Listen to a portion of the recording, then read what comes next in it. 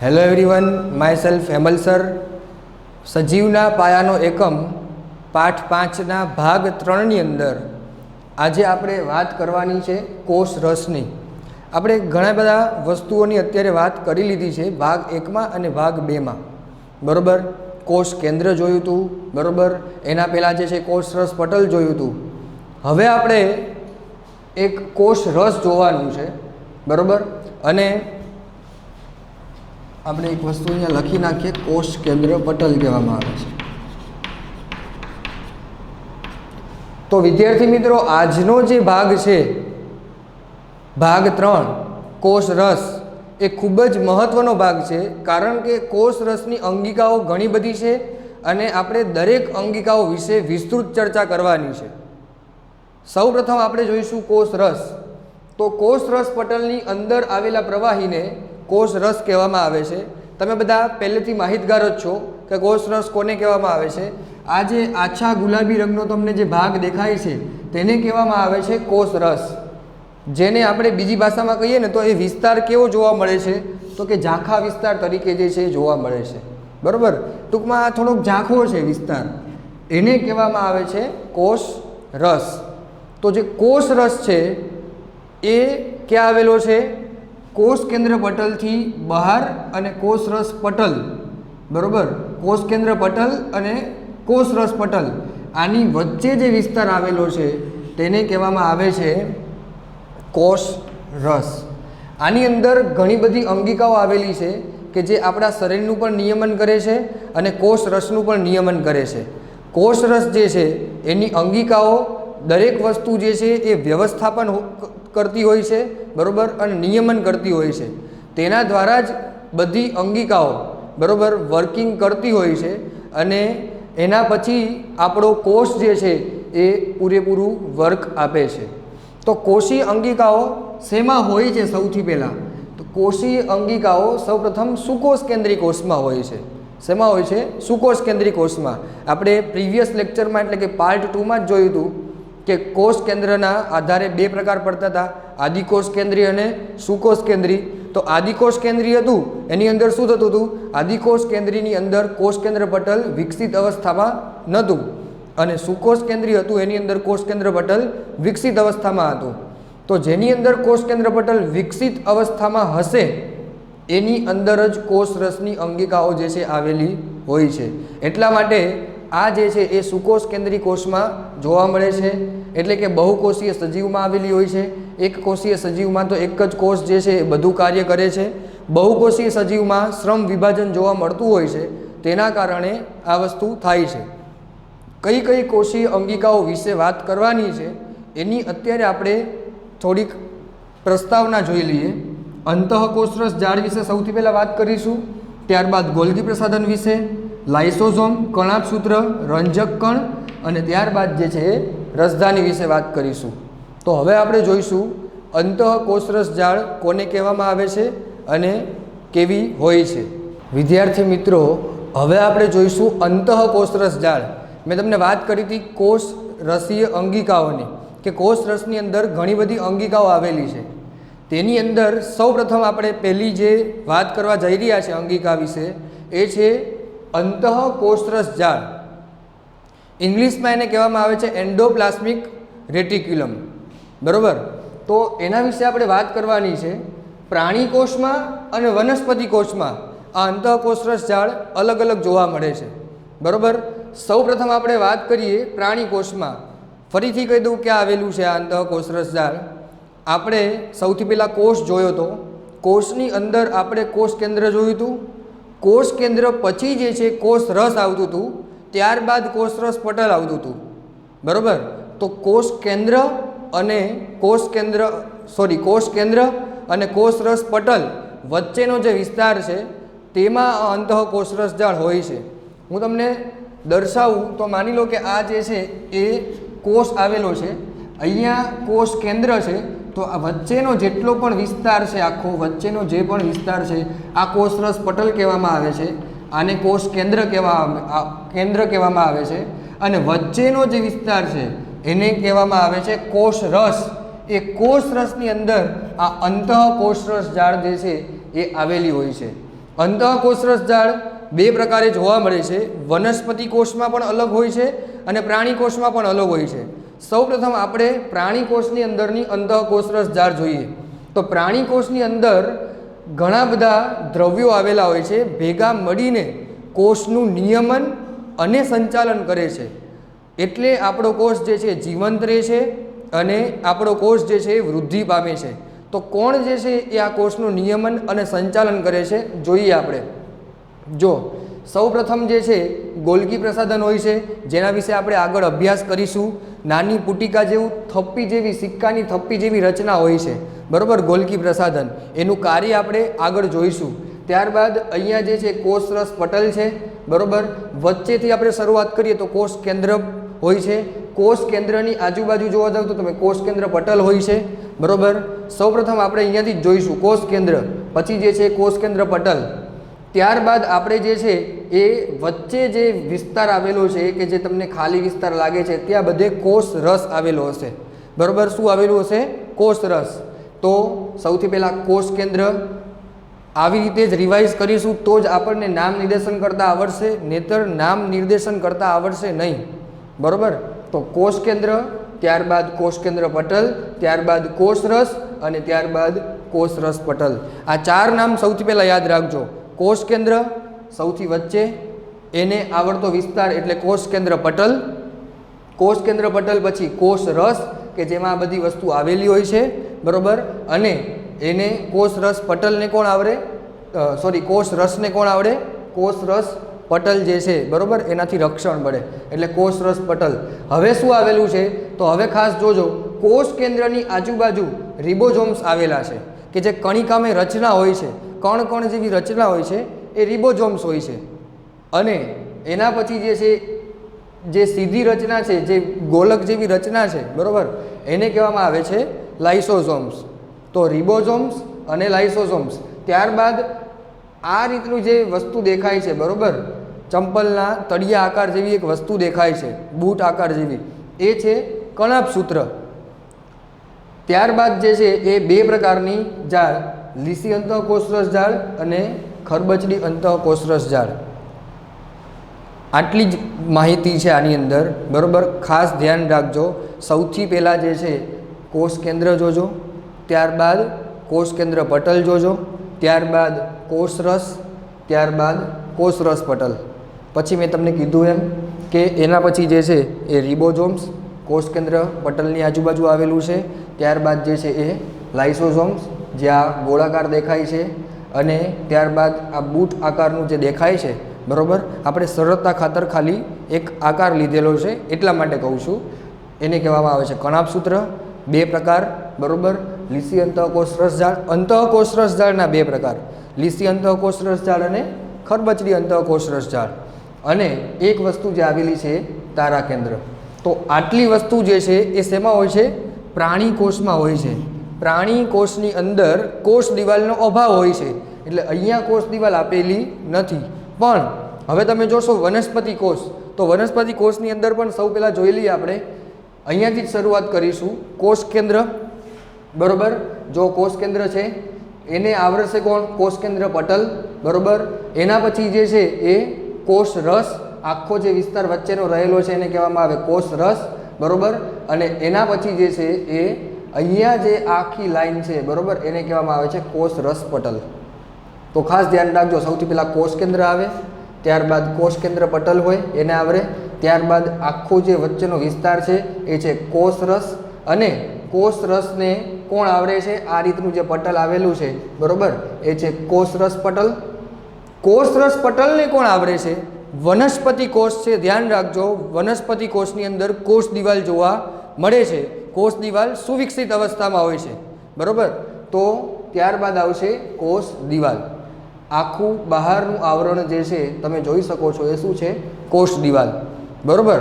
ત્યારબાદ હવે ફરીથી પાછું આપણે જોઈશું રિબોઝોમ્સ, બરાબર, કે જે આ રીતના આવેલા હોય છે. ત્યારબાદ જોઈશું લાઇસોઝોમ્સ એટલે રિબોઝોમ્સ, પછી આવશે લાઇસોઝોમ્સ, બરાબર. પુટિકામય રચના હોય છે એને આપણે શું કહીશું? ગોલ્ગી પ્રસાધન. જે મેં તમને કીધું હતું હમણાં કે બૂટ આકાર જેવો ધરાવે છે, બરાબર, એને આપણે કહીશું કણાભસૂત્ર અને એક વસ્તુ વનસ્પતિ કોષ અને પ્રાણી કોષની અંદર વનસ્પતિ કોષ પોતે પોતાનો ખોરાક જાતે બનાવે છે, પણ કોની હાજરીમાં? હરિતકણની હાજરીમાં. એટલે વનસ્પતિમાં જ આ હરિતકણ જોવા મળશે. આ બંનેની અંદર તફાવત જોવા જઈએ ને તો બે વસ્તુ એડ થયેલી છે. એક તો આ હરિતકણ અને બીજું જે છે એ કોષ દિવાલ, કે જે પ્રાણી કોષમાં જોવા મળતું નથી, કારણ કે પ્રાણી જે છે એ ખાવા માટે, બરોબર, એટલે કે ખોરાક માટે બીજાના ઉપર આધાર રાખે છે અને વનસ્પતિ પોતાના ઉપર આધાર રાખે છે, બરોબર. હરિતકણ છે એટલા માટે. હરિતકણ પછી આવશે લીસી અંતઃકોષરસ જાળ, બરોબર, અને બીજી જે છે એ કણિકામય અંતઃકોષરસ જાળ એટલે ખરબચડી અંતઃકોષરસ જાળ. તો આખી જે વસ્તુ હતી એ હતું વનસ્પતિ કોષ. આ બે વસ્તુ વિશે અભ્યાસ કર્યો, પ્રાણી કોષ અને બીજું જે છે એ વનસ્પતિ કોષ. હવે આપણે એના સ્થાન અને એના વિશે ચર્ચા કરીશું. ખાસ ધ્યાન રાખજો, તમને આકૃતિ ઉપરથી એવું લાગશે કે અંતઃકોષરસ જાળ ખૂબ જ હાર્ડ છે. ના, ખૂબ જ સરળ જે છે એ અંતઃકોષરસ જાળ છે, બરોબર. સૌથી પહેલાં આપણે સ્થાનથી જોઈએ. અહીંયા ખૂબ જ સરળ ભાષામાં મેં કરી દીધું છે, બરોબર, રૂપાંતર કર્યું છે આપણે, એટલે ખાસ અહીંયા ધ્યાન રાખજો અને આ રીતે જ પરીક્ષામાં લખીશું તો પૂરેપૂરા માર્ક્સ જે છે એ મળશે, બરોબર. જો સ્થાન એનું સૌથી પહેલાં ક્યાં છે? સુકોષ કેન્દ્રી કોષમાં, બરોબર. આપણે આગળ જ ભણ્યા હતા કે સુકોષ કેન્દ્રી કોષ હોય એની અંદર શું હશે? કોષ રસ પટલ એ હશે, બરોબર, અને કોષ કેન્દ્ર એ સુવિકસિત અવસ્થામાં હશે. તો આ બંને વસ્તુ હોય તો જ કોષ રસ જે છે એ આવેલું હોય છે અને કોષ રસની અંદર આ કોષીય અંગિકાઓ હોય છે. એટલે સૌથી પહેલાં એનું સ્થાન સુકોષ કેન્દ્રી કોષમાં, આદિકોષ કેન્દ્રી કોષમાં હશે નહીં. પછી કેવી રચના એની કેવી હશે? તો કે લાંબી નળિકામય અને ગોળાકાર રચના, જાડી રૂપ જે છે, બરોબર, એ રચના હશે. આ બંને વસ્તુ સ્થાન અને રચના આવડી ગયા બાદ મેં તમને કીધું હતું એમ બે પ્રકારની ઝાડ જોવા મળશે, એક ખરબચડી અંતઃકોષરસ ઝાડ અને લીસી અંતઃકોષરસ ઝાડ, બરોબર. અહીંયા તમે જુઓ, એક લીસી અંતઃકોષરસ ઝાડ છે અને ખરબચડી અંતઃકોષરસ ઝાડ છે. બંનેના પ્રકાર તમે ખાસ ધ્યાન રાખજો. ખરબચડી અંતઃકોષરસ ઝાડ એને RER વડે પણ ઓળખવામાં આવે છે, રફ એન્ડોપ્લાસ્મિક રેટિક્યુલમ, RER. અને લીસી અંતઃકોષરસ ઝાડ છે એને SER તરીકે પણ ઓળખવામાં આવે છે, સ્મૂથ એન્ડોપ્લાસ્મિક રેટિક્યુલમ. હવે ખરબચડી અંતઃકોષરસ ઝાડ છે એની સપાટી પર રિબોઝોમ્સ આવેલા છે. રિબોઝોમ્સ આવેલા છે ને એટલે જ એની સપાટી ખરબચડી છે, ખાસ ધ્યાન રાખજો, બરોબર. એ રિબોઝોમ્સ જે છે એ કોનું સંશ્લેષણ કરે છે? પ્રોટીનનું સંશ્લેષણ કરે છે. વિદ્યાર્થી મિત્રો, સંશ્લેષણ આપણા માટે એક નવો શબ્દ છે. સંશ્લેષણ એટલે સંગ્રહ. આપણે કંઈ પણ વસ્તુ ઉર્જા મેળવીએ છીએ, બરોબર, ખોરાક સ્વરૂપે આપણે ઉર્જા મેળવીએ છીએ તો એનું ક્યાંક સંગ્રહ તો પામશે ને. તો એ પ્રોટીનનો સંગ્રહ જે છે ખરબચડી અંતઃકોષરસ ઝાડમાં થાય છે. એટલે ખરબચડી અંતઃકોષરસ ઝાડના બે પ્રકાર. હવે આવશે લીસી અંતઃકોષરસ ઝાડ. લીસી અંતઃકોષરસ ઝાડની અંદર જો ખરબચડી અંતઃકોષરસ ઝાડ પ્રોટીનનું સંશ્લેષણ કરે છે તો લીસી અંતઃકોષરસ ઝાડ ચરબી અને લિપિડ્સનું સંશ્લેષણ કરે છે, બરોબર. અને રિબોઝોમ્સ આમાં હોતા નથી, કણિકામય રચના હશે નહીં, એટલા માટે એને લીસી અંતઃકોષરસ ઝાડ કહે છે. તો બે પ્રકારની અંતઃકોષરસ ઝાડ વિશે ભણ્યા. ખરબચડી અંતઃકોષરસ ઝાડ જેને RER વડે ઓળખવામાં આવે છે, લીસી અંતઃકોષરસ ઝાડ જેને SER વડે ઓળખવામાં આવે છે. ત્યારબાદ હવે આપણે જોઈશું એના કાર્ય. સૌથી પહેલું કાર્ય, કોષ કેન્દ્ર અને કોષ રસ વચ્ચે દ્રવ્યોનું વિનિમય. શરૂઆતથી આપણે ભણતા આવ્યા છીએ કે દ્રવ્યોનું વિનિમય. કેવા દ્રવ્યો? તો આપણને ખબર છે અમુક રુધિરના દ્રવ્યો હોય છે એટલે કે પ્રવાહી સ્વરૂપે હોય છે, ઓક્સિજન અને કાર્બન ડાયોક્સાઇડના જે દ્રવ્યો હોય છે એટલે કે વાયુ સ્વરૂપે હોય છે, બરાબર. કોષ બે પ્રકારના નિયમો ધરાવે છે, એક તો પ્રસરણનો નિયમ અને બીજો જે છે આશ્રુતિનો નિયમ. બે વસ્તુ જો ના આવડતી હોય તો પ્રીવિયસ લેક્ચર ફરીથી જુઓ, ભાગ 2, બરાબર, એની અંદર તમને ખબર પડી જશે. તો સૌથી પહેલું કાર્ય છે કોષ કેન્દ્ર અને કોષરસ વચ્ચે દ્રવ્યોનું વિનિમય, આપલે, અવરજવર, બરાબર, કે જે જરૂરી છે આપણા કોષ માટે, બરાબર, એની અવરજવર થાય છે. એના પછી કયા પદાર્થોની અવરજવર થાય છે તો એ આ બંનેમાં ભણી જ ગયા છીએ આપણે, બરાબર. શેની? તો કે પ્રોટીન, ચરબી, લિપિડ્સનું સંશ્લેષણ કરવાની અવરજવર થાય છે. પ્રોટીનનું સંશ્લેષણ શેમાં થાય છે? RERમાં, બરાબર, એટલે કે ખરબચડી અંતઃકોષરસ ઝાડમાં. અને ચરબી અને લિપિડ્સનું સંશ્લેષણ શેમાં થાય છે? SERમાં, એટલે કે લીસી અંતઃકોષરસ જાળમાં આ બધી જ પ્રક્રિયાઓ જે છે બરાબર એને કહેવામાં આવે છે જૈવ રાસાયણિક પ્રવૃત્તિ.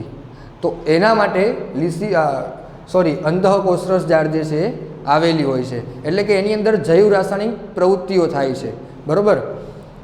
પૃષ્ઠવંશી પ્રાણી, પૃષ્ઠવંશી અને અપૃષ્ઠવંશી પ્રાણી જે છે કોને કહેવામાં આવે છે? પૃષ્ઠવંશી એટલે કરોડરજ્જુવાળા પ્રાણીઓ અને અપૃષ્ઠવંશી એટલે કરોડરજ્જુ વગરના પ્રાણીઓ.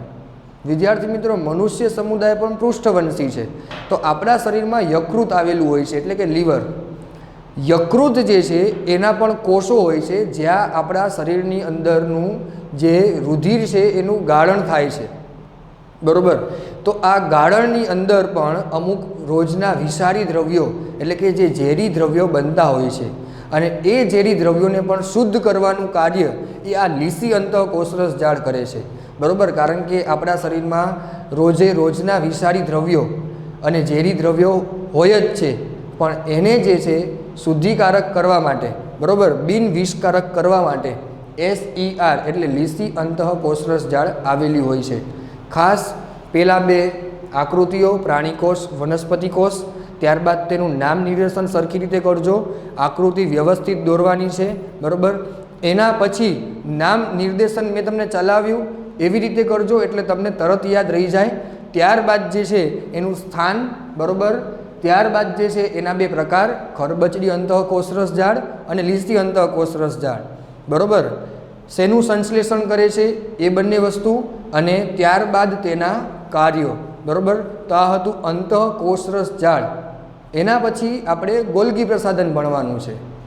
વિદ્યાર્થી મિત્રો, હવે આપણે જોઈશું ગોલ્ગી પ્રસાધન. તો ગોલ્ગી પ્રસાધન જે છે એની આવી થપ્પી આકારે રચના મેં તમને અંતઃકોષરસ જાળમાં જ કીધું હતું કે થપ્પી આકારે જે છે એ રચનાઓ ગોઠવાયેલી હોય છે, સિક્કાના થપ્પી જેવી રચના બરાબર. હકીકતમાં આ રીતની જે છે એ રચના હોય છે અને એની અંદર આ રીતના જે વસ્તુ હોય છે એને કહેવામાં આવે છે પુટિકાઓ કહેવામાં આવે છે અને એ પુટિકાઓની થપ્પી સ્વરૂપે જે છે રહેલું હોય છે એને કહેવામાં આવે છે સિસ્ટરની. આગળ અભ્યાસ એનો બાયોલોજીમાં 11-12 સાયન્સમાં કરવાનો છે. અહીંયા એટલીક જ માહિતી છે, ચોપડીમાં આકૃતિ જે છે એ આપણને આપેલી નથી બરાબર. એના કારણે અમુક વિદ્યાર્થીઓને ખબર નથી પડતી કે પુટિકાઓ અને થપ્પી જેવી રચના કેવી હશે.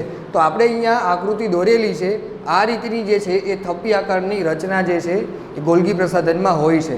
હવે એનું કાર્ય જોઈએ તો કાર્ય શું છે? સૌપ્રથમ કોણે શોધ્યું હતું?